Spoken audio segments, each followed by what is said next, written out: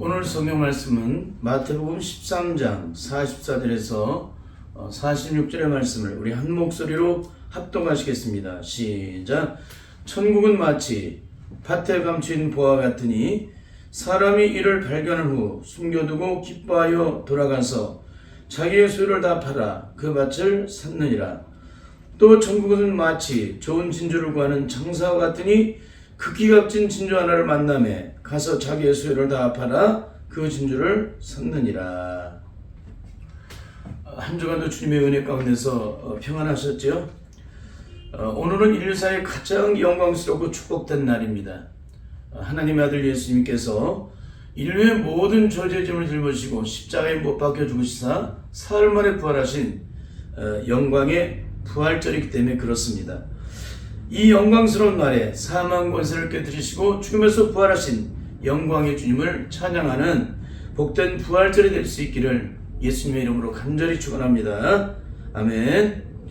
오늘은 마태복음 13장 44절에서 46절의 이 말씀을 통해서 당신이 받은 구원은 땅의 보화를 취할 때보다 억만 배나 더 철저하게 영적으로 살피고 또 살핀 것입니까? 이런 제목으로 말씀을 나누도록 하겠습니다. 당신이 받은 구원은 땅의 부활을 취할 때보다 억만 배나 더 영적으로 살피고 또 살펴내냐는 거예요. 왜 그럴까요? 땅의 것은 썩어질 것이고 잠시뿐인 것이지만은 우리가 받는 이 구원은 영원한 구원이기 때문에 땅의 것보다 그것을 비교할 수 없을 만큼 그렇게 섬세하게 영적으로 구별하지 않게 되면 우리가 받은 구원이 어쩌면 헛된 것이 될 수 있다는 거예요. 그렇기 때문에 우리는 철저하게 땅에서 가장 귀한 부활을 얻을 때보다 그를 내 소유로 만들 때보다 더 철저하게 억만 배나 더 철저하게 살피고 또 살펴야 한다는 거예요. 왜 이 질문이 필요할까요? 내가 받았다는 구원이 잠시뿐인 땅의 귀한 부활을 얻을 때보다 억만 배나 더 분명하게 그 실체를 살핌으로 확증한 것이 아니라면 내가 받은 구원은 다 가짜일 수 있기 때문에 그러는 거예요. 잠시 후면 사라져버릴 땅에 속한 썩어질 것을 얻고자 할 때도 그렇게도 심혈을 기울여서 그것을 살피고 또 살핍니다. 얼마나 살피냐면은 전문가의 자문을 동원해서까지도 그것을 철두철미하게 분석하고 또 분석해서 이것이 분명하다는 것이 확증될 때까지 끊임없이 살피고 또 살펴서 그것을 구입하게 된다는 거예요. 그런데 과연 영원한 구원의 문제를 가지고 확증으로 들어갈 때 이 땅에 썩어질 것들을 구할 때보다 더 억만면의 심을 기울여서 살펴보지 않는다면, 그래서 그것으로 확증하지 않는다면 내가 받은 구원은 어쩌면 마귀의 속삭임에 속아서 어리석고 미련한 구원을 얻는 그런 삶으로 끝이 날 수 있기 때문에 그러는 것입니다. 세상에서는 그 어떤 누구의 말도 믿지 않으면서 그래서 손에 한번 만져보고 준다고 해도 절대 주질 않습니다. 왜 그럴까요? 그 부하가 귀하면 귀할수록 그렇게 구별을 해요. 누가 와서 한번 쳐다보기만 하더라도 보여주질 않습니다. 누가 그걸 만져보고 한번 만져보고 준다고 해도 안 줘요. 왜 그럴까요? 상대방을 믿지 못하기 때문에 그러는 거예요. 여러분, 세상 전체에 누구를 믿습니까? 그러니까 이렇게 땅의 것을 취할 때, 썩어질 땅의 것을 취할 때 그렇게도 철두철미하게 살펴보고 또 살펴보는 거예요. 왜? 잘못했다간 사기 맞을 수 있으니까. 사기 맞으면 어떻게 돼? 우리 인생에 낭패를 당하기 때문에, 고통을 당하기 때문에, 그 대가를 철저하게 치르기 때문에 그런 것입니다. 그런데 영적으로 받는 이 구원에 대해서 과연 어떻게 우리가 구원을 받고 있는지를 한번 살펴보라는 거예요. 제가 이 세상에서 가장 귀한 부활을 얻을 때 우리가 어떻게 그것을 얻기까지 수많은 수고와 대가를 치르는지에 대한 것들을 제가 설명하는 이유는 영적인 구원은 영원한 구원이기 때문에 그러는 거예요. 우리 눈에 보이지 않는 이 구원은 영원을 결정하는 것이기 때문에 그러는 것입니다. 그렇잖아요. 영원한 구원을 결정하는 것이 허술하게 아무렇게나 누가 말한다고 그것을 믿고 내가 구원받았다고 말할 수가 있어요? 절대 아니죠. 귀하면 귀할수록 그것이 눈에 보이지 않는 영역에서 이루어지는 것일수록 우리는 어떻게 더 철저하게 영적으로 이 문제에 대해서 살피고 또 살피고 또 살펴야 한다는 거예요. 그런데 뭐냐면 한국 교회가 지금 받고 있는 이 구원의 모든 문제들은 뭐냐면 아무런 제한 없이 의심 없이 누군가 말을 했기 때문에 그렇게 믿지 않으면 구원받지 못하고 영원한 천국에 들어가지 못한다고 가르쳐 주니까 너도 나도 그냥 믿고 있다는 거예요. 그러니까 무방비 상태로 무조건적으로 막무가내로 한없이 이 구원에 대해서 관대해요. 철저하게 영적으로 냉정하고 또 냉정하게 살펴야 될 이 구원의 문제에 대해서 한없이 관대하다는 거예요. 여러분 이게 진짜지 가짜지 한번 여러분이 받은 구원은 어떻게 받으셨습니까? 한번 살펴보세요. 여러분이 받은 구원은 성령님께서 여러분 안에서 확증시켜 주셨습니까? 그렇다면 확증시켜 주신 그 영적 증거를 한번 대보십시오. 그러면 여러분 말할 수가 있겠어요? 학문적으로 성경 66권을 배우고 공부해서 구원은 어떻게 받는 것이냐고 얘기를 하면 내가 배우고 공부했기 때문에 그걸 얼마든지 얘기할 수가 있습니다.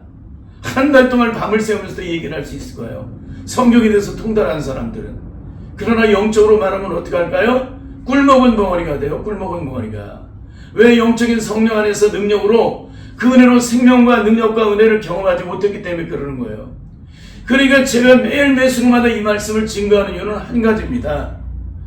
여러분이 받은 구원은 진짜요 성령 안에서 영적으로 주님께서 확증시켜 주신 것이냐, 그거를 제가 여러분에게 다시 한번 영적으로 살펴보고 확인해 보라고 이렇게 말씀을 증거하고 있는 거예요. 세상에 썩어질 것 하나를 얻기 위해서도 잠시 몸을 이 땅에서 나를 위해 내 육신에서 필요한 것을 얻기 위해서 그 하나를 취할 때도 그렇게까지 심혈을 기울이고 철두철미하게 살피고 또 살피고 돌아보고 또 돌아보는데 어떻게 영원한 구원, 영원한 천국의 영광, 영원한 지옥의 형벌을 결정하는 이 구원에 대해서 이렇게까지 관대할 수 있냐는 거예요. 이렇게까지. 여러분 우리가 받은 구원이 어떻게 받은지 아세요? 저는 고등학교 때 받았어요. 어떻게 받은 것 같습니까? 중학교 때는 학습 문답을 해서 학습을 받고 고등학교 되니까는 세례 문답을 통해서 그것도 뭐냐면은 뭐가 나올지에 대한 것을 다 얘기해 줘요. 근데 대답을 잘 못해도 세례를 줘요. 그리고 세례를 받고 나서 뭐라고 그럽니까? 당신은 이제 교회 세례교인이 되었다는 거예요. 당신은 구원받은 하나님의 자녀가 되었다는 거예요. 세상 천지에 어딜 가든지 뭘 하든지 어떤 죄를 졌든지 당신은 구원받았기 때문에 영원한 천국에 들어갑니다. 그렇게 가르쳐줘요. 맞아요? 틀려요? 여러분 영혼을 결정하는 그 문제가 목사의 말을 통해서 세례 문답을 통해서 그들이 대답을 하든 대답을 하지 않든 내가 물론 세례를 줬기 때문에 그들에게 영원한 구원이 임하는 것입니까? 절대 아니죠. 예수님의 오시기를 예배했던 세례와는 어떻게 증거를 했습니까? 나는 너희로 회개케 하기 위해서 물로 세례를 주지만 내 뒤에 오시는 능력이 많으시니 그는 성령과 불로 세례를 베풀 것이요 그랬어요. 성령과 불로. 나는 회개케 하여 물로 세례를 주지만 내 뒤에 오시는 분은 능력이 많으시니 그분이 심판주라는 거예요. 자기 타작마당을 정해서 알고 보면 국간에 드리고 쭉정이는 영원히 꺼지 않는 불에 태우신 분이라는 겁니다.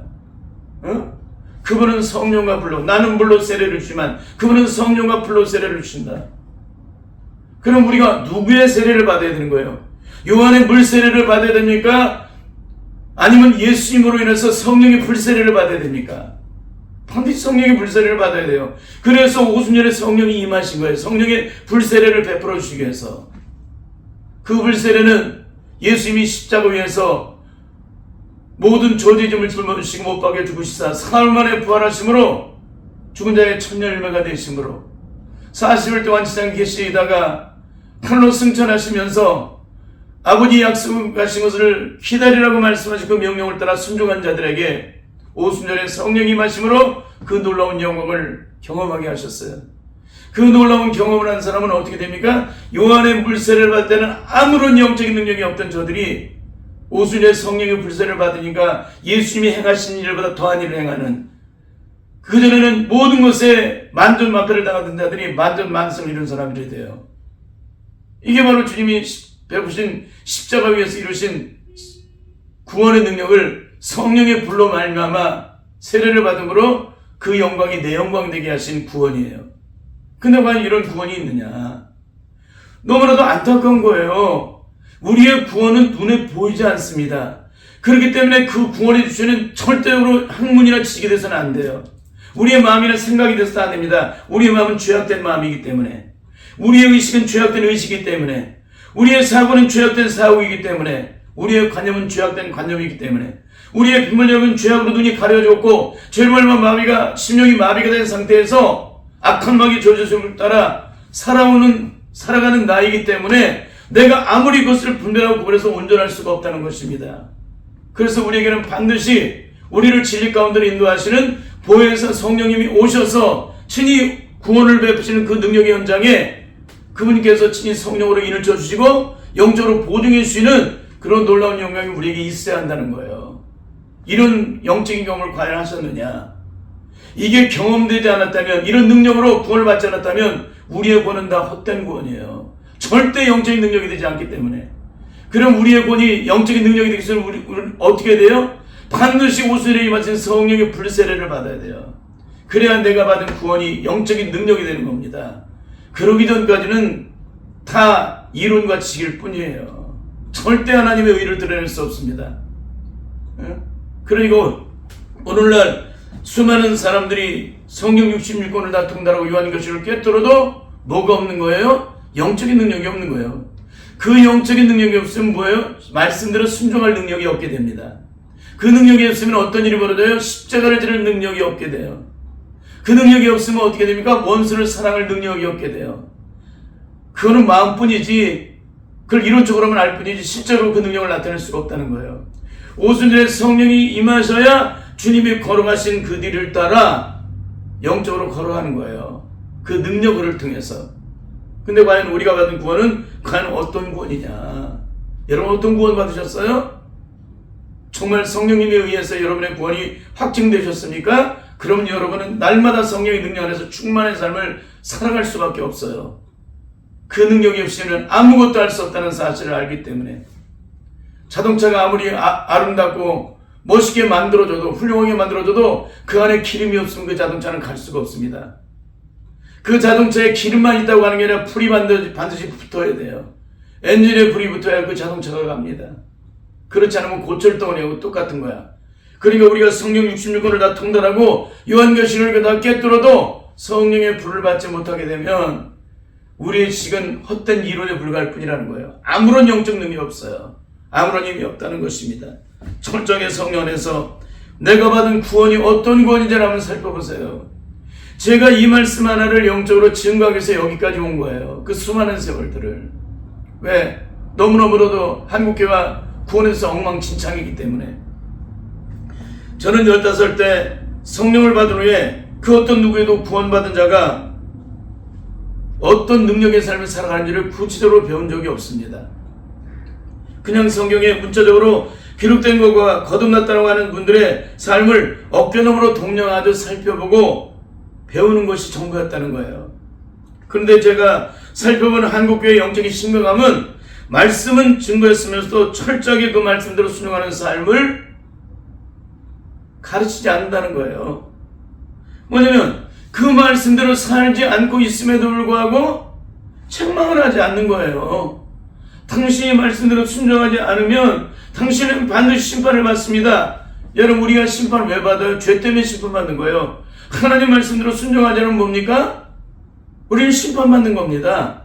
그러면 왜 한국교회 주의종들이 하나님의 말씀은 이렇게 살아야 한다고 증거하면서도 왜 말씀대로 살아가지 않는데 책망하지 않느냐? 그 이유는 무엇이에요? 그분도 똑같이 성령으로 구원을 받지 못했기 때문에 그러는 거예요. 진짜 성령으로 구원을 받았다면 보혜사 성령님이 오셔서 죄가 무엇인지 의가 무엇인지 심판이 무엇인지 세상을 책망하게 하시겠다는 그 말씀이 그대로 내 삶에 이루어져서 책망을 하는 삶을 살게 돼요. 왜? 그 말씀대로 순종하지 않으면 당신은 반드시 심판받고 지옥에 떨어질 것입니다 라고 증거를 해줘야 되잖아요. 근데 한국교회가 그런 설교하고 있습니까? 단 한마디도 안 하고 있지. 이게 뭐예요? 이분들이 지옥의 형벌 속에 떨어져도 아무런 상관이 없다는 것입니다. 만일 이분들이 이렇게 살면 반드시 지옥에 떨어진다는 걸 알게 되면 어떻게 할까요? 그 말씀을 안 증거할까요? 내 목에 칼이 들어와도 그걸 증거하겠죠. 근데 왜 한국교회가 이것을 증거 안 해요? 말씀대로 순종하지 않으면 다 심판받는 거예요. 예수님 나를 십자가 못 박혀 죽으셨기 때문에 예수의 공로로 천국에 들어가요? 아니 구원 자체를 받지 못했는데 무슨 천국에 들어가요? 성령을 통해서 인침을 받아야 성령님의 보증이 있어야 세상 끝날까지 그분이 나와 함께 하셔서 우리를 그럼 장성한 분에 이르도록 영적으로 성장시켜 주셔서 그리스도의 십자가의 의를 드러내는 온전한 하나님의 사람으로 만들어서 결국에는 영적으로 승리하여 하나님의 영광을 보게 하시는 것이 바로 성령님께서 구원의 주가 되셔서 우리의 삶을 일평생 하시면서 함께 하시는 역사인데, 요한의 물 세례를 받고 나서 구원받았다고 영원한 천국에 들어가요? 누구 마음대로 들어가는 거예요? 절대 못 들어가는 거지. 그래도 한국교회는 제가 증거하는 이 말씀에 조금도 제한을 받지 않는다는 거예요. 이게 너무나도 영적으로 심각한 얘기입니다. 여러분, 예수 믿는 자들은 주님이 십자가를 흘리신 보혈의 사랑으로 구원을 받는 자들이기 때문에 삶의 모든 영역에서 주님의 십자가의 일을 드러내는 삶을 살아가야 돼요. 이게 구원받는 자의 영적인 삶의 능력이에요. 구원받는 자의 영적인 삶의 능력이 뭐냐? 이론적으로 시조로 성경 66권을 다 통달하고 요한계시록을 깨뜨리는 거예요? 절대 아니에요. 주님께 받은 십자가의 사랑을 내가 언제나 그 능력의 사랑을 내 안에 이루어서 내 안에 채워넣어서 내 심령에 죄악된 저주 속에 매인받았던 내 심령의 모든 마음을 철저하게 죄악된 안 받는 것들을 깨뜨리고 모든 소욕들을 제거해서 성령의 능력으로 체험받아서 그 능력으로 말미암아 내 안에 채워질 때 우리는 십자가의 의를 드러내는 사람이 돼요. 그래서 구원받은 자들의 가장 중요한 영적인 능력의 징표는 뭐냐? 십자가의 의를 드러내는 삶을 살고 있느냐, 살고 있지 않느냐가 그 사람의 구원을 결정하는 거예요. 예수 믿고 거듭났는데도 주님의 십자가의 의를 드러낼 수 없다. 십자가에 있는 내 의지와 노력으로 드러내는 게 아니에요. 반드시 오순절에 임하신 성령의 능력, 예수 그리스도의 내 안에 들어오셔야 예수님이 십자가 이루신 그 놀라운 영광이 내 삶을 통해서 능력으로 나타나는 겁니다. 근데 이런 것이 전혀 이루어지지 않는데 무슨 구원이에요. 절대 하나님의 영광을 보지 못합니다. 그래도 너무나도 영적으로 안타까운 것은 그 어떤 억울한 일을 당해도 끝까지 사랑으로 모든 것을 이기는 것이 기독교라고 증거하면서 정작 자신들은 그렇게 삶을 살지 않아도 괜찮다고 생각하고 있다는 거예요. 이게 진짜니 가짜니 보세요. 한번 여러분 주변에 있는 주의 정도로 한번 살펴보세요. 그게 진짜인지 가짜인지. 스테반 집사가 돌에 맞아 죽어가면서도 도리어 거꾸로 자신을 죽이러 간 자들을 불쌍히 여겨달라고, 저들의 죄를 용서해달라고, 저들이 몰라서 그렇게 하오니 용서해달라고 기도했던 것처럼 예수를 믿고 거듭난 주의 자녀들은 반드시 돌에 맞아 죽어가면서도 보복하지 않는 겁니다. 거꾸로 원수 맺지 않는 거예요. 도리어 나를 죽이려고 덤비는 돌을 던지는 그들을 향해 오히려 하나님 앞에 그 돌에 맞아 죽어가면서 스테반 집사처럼 그렇게 통곡하며 눈물로 하나님께 간구를 드리는 거예요. 저들의 영혼을 불쌍히 여겨달라고, 저들이 알지 못해서 그런 싸움을 용서해달라고, 저들을 주님의 십자가의 사랑으로 구원해달라고 그렇게 기도를 하는 것이 예수 그리스도의 십자가를 통해서 구원받는 자의 영적인 능력이라는 거예요. 예수 믿는 자들은 예수님의 십자가의 은혜로 말미암아 철저하게 영적으로 하나님과 화해를 이룬 사람들이에요. 그렇기 때문에 모든 일에 화평과 화해로 하나님의 의를 드러내야 돼요. 그렇게 드러내는 삶을 살아가고 가르치면서도 정작 우리는 어떻게 살고 있습니까? 십자가의 원수로 살아가죠. 십자가의 원수가 뭡니까? 이웃을 사랑하지 않고 원수를 맺죠. 누가 나에게 억울한 누명을 씌워주면 그것을 죽어도 용서하지 못하죠. 누가 나에게 손해를 끼치면 죽어도 그것을 용서하지 못하죠. 예수 그리스도를 믿고 거듭난 주님의 자녀들은 오리뺨을 때리면 왼편도 돌려는 것이 크리스찬의 영적인 덕목인데, 오리를 가져면 심리를 가지는 것이 크리스찬의 거듭난 자의 영적인 덕목인데, 고수들을 가지고 자면 소금까지 내어주는 것이 크리스찬의 덕목인데 죽어도 용서를 안 하는 거예요. 눈에는 눈, 이에는 이로 나에게 너 손해를 끼쳤지 반드시 손해봐서까지 쳐서 받아내고 말 거야. 이게 어떻게 구원받은 자예요? 그 사람이 나에게 어떤 손해를 끼치고 어떤 억울한 일을 당하게 만들어도 주님의 십자가의 사랑으로 용서받은 사람은 그 영혼을 도리어 거꾸로 불쌍히 여기고 긍휼히 여기는 거예요. 측은히 여기고 안타까이 여기고. 왜? 죄악 가운데 빠져서 여전히 악한 마귀의 세력에 왼마디에서 종살이야 하고 오늘도 저주의 고통 속에 살아가는 그 영혼을 바라보고 안타까이 여기는 마음으로 그 영혼을 불쌍히 여기기 때문에 그러는 거예요. 과연 우리들의 심령 속에 그런 영적인 능력이 있느냐? 만일 그렇지 않다면 우리가 받은 구원은 다 가짜라는 것입니다. 진짜 성령 안에서 받은 구원이 아니라는 거예요. 죄는 하나님과 원수되는 것으로 눈꼽만큼만 죄가 있어도 하나님의 심판을 피할 수 없다고 가르치는 분들이 너도 죄를 짓고 살아가고 있음에도 불구하고 예수 믿기 때문에 다 천국에 들어가도 가르치는 그수와 놀란 한국교회 영적인 실존이에요. 여러분, 죄를 가지고는 절대 천국에 들어가지 못해요. 죄는 눈꼽만한 죄가 있어도 절대 천국에 들어가지 못합니다. 그런데도 그 말씀대로 순종하고 죄 가운데 빠지고 날마다 돼지에게 진주 목걸이 줬더니 도로 돼지구덩이에 뒹구는 것처럼 그런 인생을 살아도 예수 믿기 때문에 천국에 들어간다고 말을 하면 어떻게 돼요?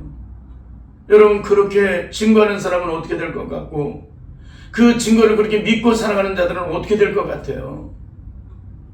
그러니까 너무나도 이 한국교회의 구원에 대한 것이 엉망진창인 거예요. 철저하게 영적으로 분별되고 구별되어야 되는데 영적으로 섬세해야 되는데 섬세하지는 않아요. 영적으로 깨끗하지 않다는 거예요. 영적으로 분명하지 않다는 겁니다. 왜 그럴까요? 우리의 영이 혼탁 가운데 있기 때문에 그래요. 혼돈 가운데 있기 때문에 그러는 것입니다. 우리의 심령이 어둠 가운데 갇혀 있기 때문에 그러는 거예요. 영적으로 빛 가운데 거하면 어떻게 될까요? 우리의 구원이 더욱더 분명해지겠죠. 더욱더 분명하게 확증하겠죠.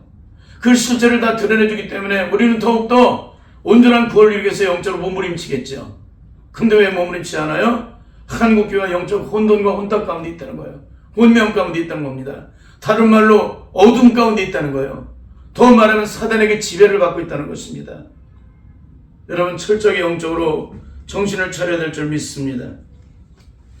한국교회 또 하나의 영적인 안타까움은 뭐냐면 40년 전에 증거해둔 말씀을 도시 하나 틀리지 않게 오늘날도 똑같이 그대로 증거하고 있다는 거예요. 여러분, 기독교 채널에서 증거되는 모든 분들의 말씀이 어떨 것 같습니까? 다 똑같은 말씀을 증거해요. 하나도 토시가 안 틀려요.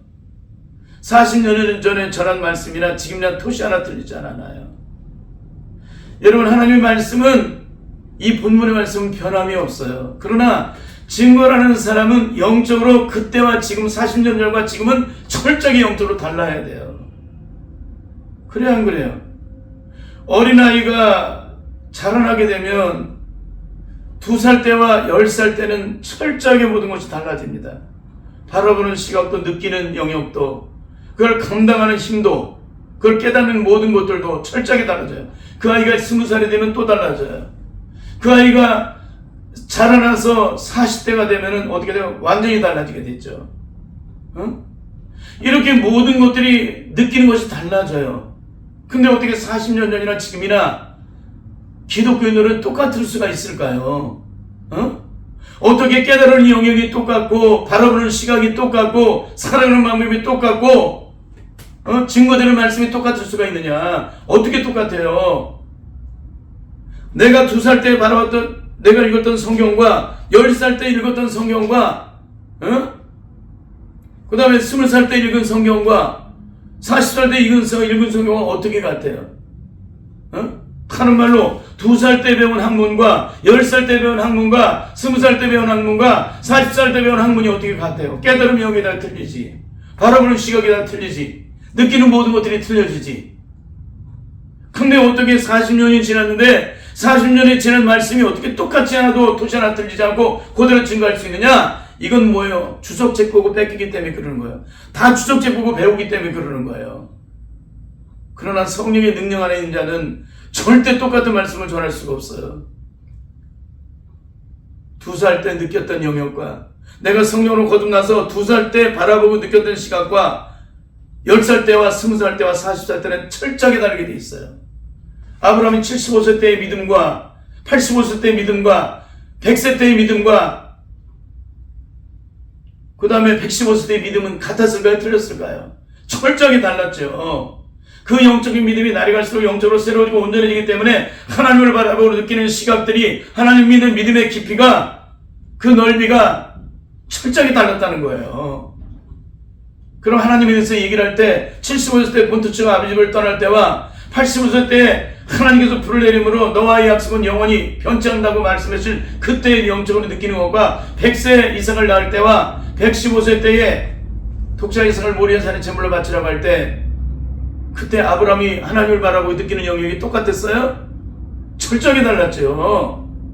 그런데 어떻게 40년 전에 증거된 말씀이 40년이 지난 후에 어떻게 똑같이 증거될 수가 있느냐? 이건 뭐야? 한국교회 조종들이 대부분 진정으로 성령의 능력 안에서 영적으로 거듭남을 체험하지 못했다는 거예요. 성령의 진정한 구원의 생명을 얻는 날마다 성령께서 우리의 심령 속에 매일매일 우리를 새롭게 만들어주세요. 영적으로 깨달은 영역이 달라져요. 우리의 심령이 철저하게 성령 안에서 비워지고 씻겨지는 만큼 어떤 영적인 능력의 역사가 일어나는지를 끊임없이 영적으로 가르치고 알게 하시고 보게 하시고 느끼게 하시기 때문에 우리의 삶은 달라질 수밖에 없습니다. 근데 어떻게 40년 전하고 지금이 똑같을 수 있어요? 어떻게 10년 전하고 지금이 똑같을 수가 있습니까? 어제와 오늘이 다른데 어제와 오늘이 느끼는 것이 다르고 바라보는 시각이 다르고 하나님에 대해서 그 사랑을 느끼는 것이 다르고 날마다 영적으로 모든 것이 새로워지고 온전해서 달라게 되는데 어떻게 똑같을 수가 있어요? 그 안에 영적인 생명이 없기 때문에 맨날 똑같이 약물을 가지고 얘기를 하는 거예요. 이 말씀의 지식을 가지고 이걸 증거하는 거예요. 똑같이.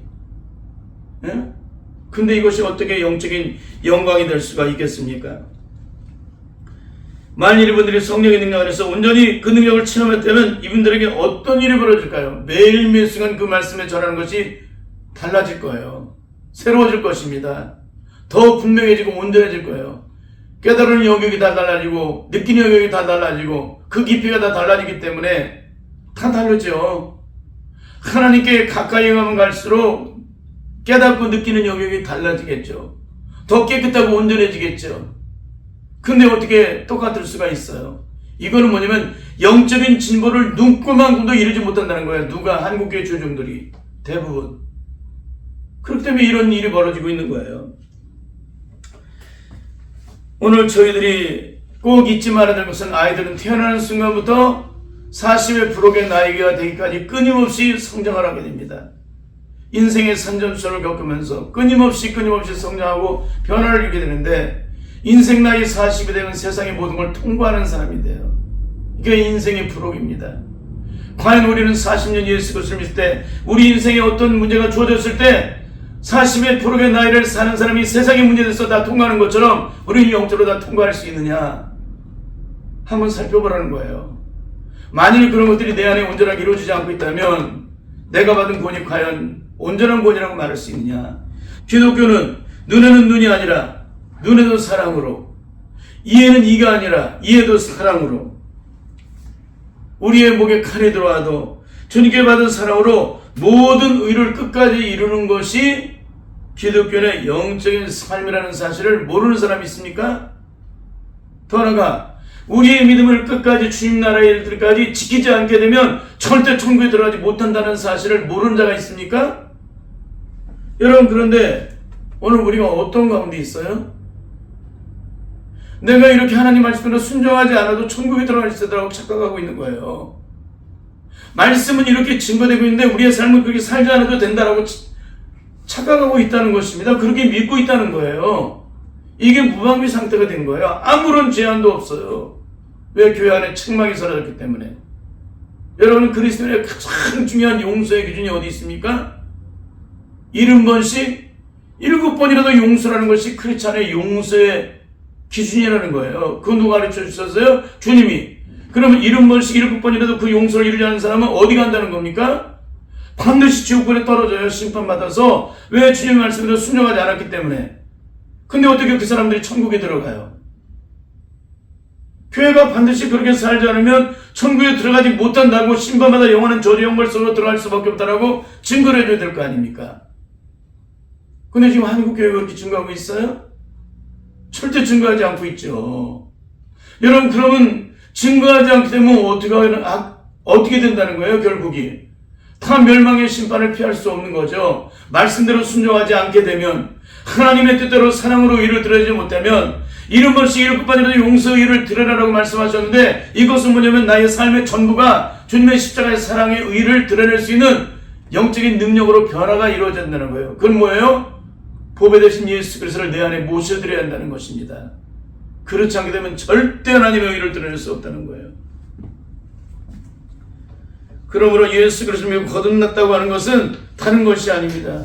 성경 60권을 다 통달하고 요한계시를 다 깨뜨리는 것으로 끝이 나는 것이 아니라 반드시 깨달은 말씀을 가지고 성령의 능력 안에서 우리의 심령을 깨뜨리는데, 언제까지 깨뜨리느냐? 그리스도의 온전한 인격을 이루기까지, 그리스도의 성품이 내 안에 온전히 이루어지기까지 내 심령을 깨뜨려야 한다는 거예요.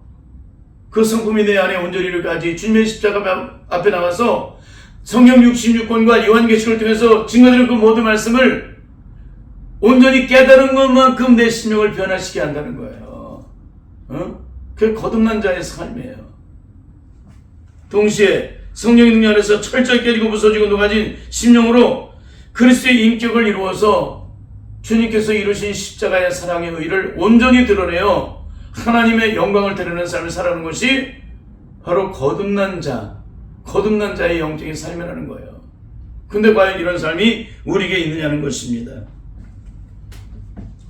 오늘 주님께서는 밭에 감춘 보아야 되는 비유를 해주셨습니다. 왜 오늘 수배되는 이 사람은 밭을 갈다가 자신의 재산을 전부 다 팔아서 그 밭을 사게 되었을까요? 그 이유가 뭡니까? 그 이유는 오직 한 가지입니다. 이 세상에 그 어떤 것을 주고도 바꿀 수 없는 귀한 보화를 발견했기 때문에 그러는 거예요. 귀한 보화를. 그래서 지체하지 않고 자신에게 있는 모든 재산을 다 팔아서 그 밭을 사고 만 것입니다. 이것이 바로 영원한 저주와 심판과 죽음의 형벌 속에서 고통 가운데 있던 자가 예수 그리스도를 진정 인격적으로 만났을 때 나타나는 행동이라는 거예요.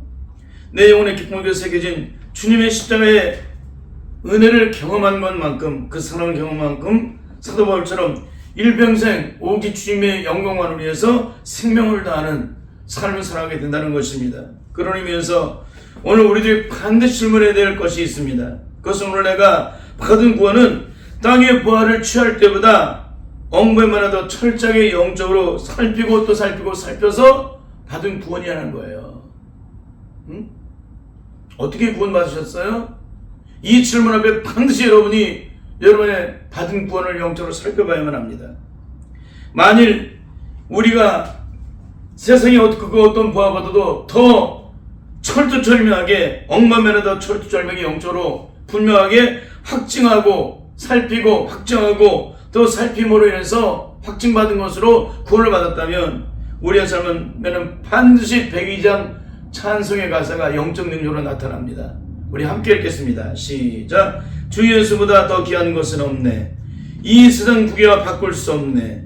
영죽을 내 대신 돌아가신 그 놀라운 사랑 잊지 못해. 세상 즐거움 다 버리고 세상 자랑 다 버렸네. 주 예수보다 귀한 것은 없네. 예수밖에 없네. 여러분, 주 예수보다 귀한 것이 없어야 됩니다. 이 세상 구개와 바꿀 수가 없어야 됩니다. 세상의 모든 즐거움을 다 버려야 됩니다. 세상 자랑을 다 버려야 됩니다. 주 예수보다 귀한 것은 없기 때문에 그러는 거예요. 근데 오늘 우리의 신앙의 삶을 한번 살펴보세요. 우리가 악한 마귀가 지배하는 세상 속에서 우리는 어떤 삶을 살고 있습니까? 과연 주 예수보다 귀한 것이 없습니까? 절대 아니라는 사실을 여러분 알고 계시죠?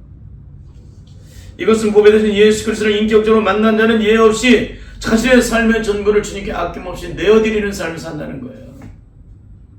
사도 바울은 자신이 갖고 있는 모든 것들을 배설물처럼 여겼어요. 똥과 같이 여겼다는 거예요. 여러분은 예수님을 만난 후에 여러분이 갖고 있는 모든 것들을 배설물처럼 버릴 준비가 되어 계셨습니까?